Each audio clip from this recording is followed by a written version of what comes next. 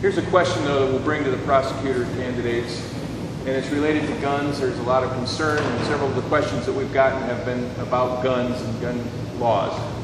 So my question is, are Indiana's gun laws adequate? And is the prosecutor's office doing all it can to enforce those, make sure that the maximums and the gun law crimes committed with guns are dealt with seriously? I think the answer to your first question, in my judgment, is yes. I think Indiana's gun laws are sufficient, and they are in keeping with the dictates of the Supreme Court regarding the Second Amendment. The answer to your second question is no, and there is much more that we can be doing. One of the things that I want to do as the prosecutor, if elected, is to draw upon my experience as a federal prosecutor. I was an assistant U.S. attorney for more than 3 years, and I did some gun cases. The feds have an ongoing program known as Trigger Lock, which has mandatory minimum sentences for any felon caught in possession of any firearm or even ammunition. One single bullet in the pocket of a convicted felon can subject him to mandatory federal time.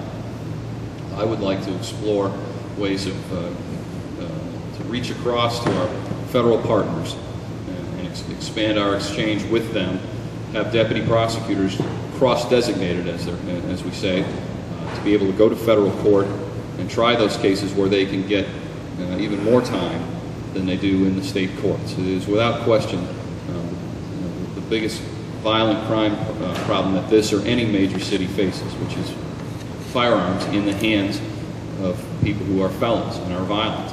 I do not believe that firearms in the hands of law-abiding citizens is a problem for our community. But guns in the hands of criminals is a major problem. It will be the biggest challenge either one of us will face. Thank you. Mr. Curry?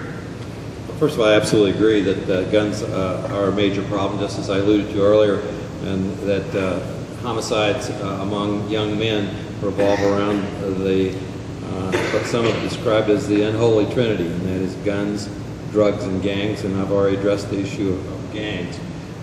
In terms of enforcing existing laws, absolutely, I would agree with Mark. We will make every effort to enforce those laws to the maximum. Where I disagree is that I still believe that it is way too easy for individuals to obtain weapons in Indiana and in many of the states, and it has clearly been demonstrated over and over and over how easy it is for individuals to obtain semi-automatic weapons and other weapons at gun shows in similar ways, and I absolutely would encourage the legislature and advocate the legislature to do whatever's necessary to restrict the sale of guns without the most stringent requirements imposed.